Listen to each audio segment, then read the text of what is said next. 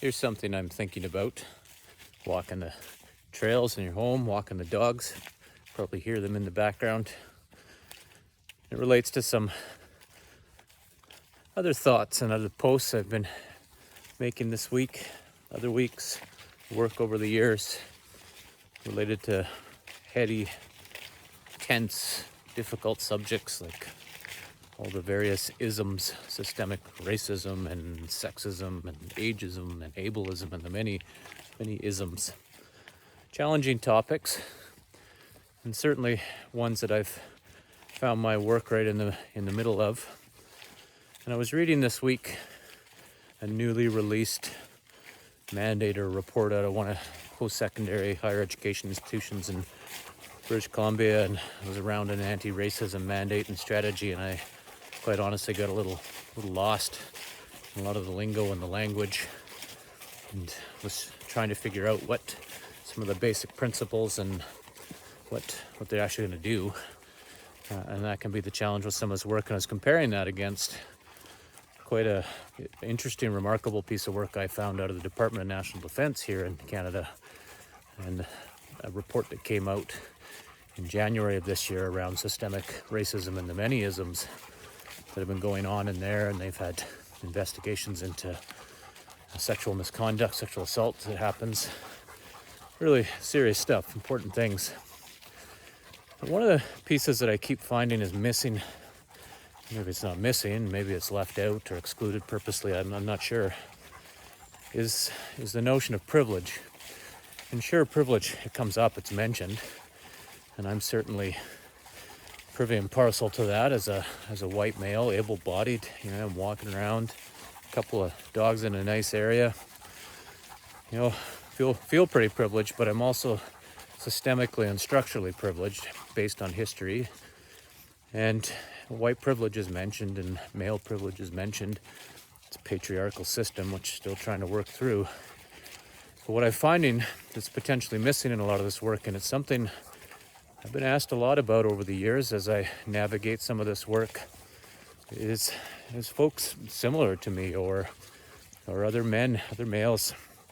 I go, okay, I'm reading these mandates, these reports. I recognize that there's some systemic and structural advantage that I have. But then, okay, well, what do I do about that? What do I do with that? And yes, there are some components out there of some good suggestions, tactics, strategies. One piece that's kind of missed, and you can certainly see it if you look at some of the data and the graphs around senior positions in Canada's national defence in their department, and it is quite astounding, and as you get into the more senior positions, how much those are occupied by white men.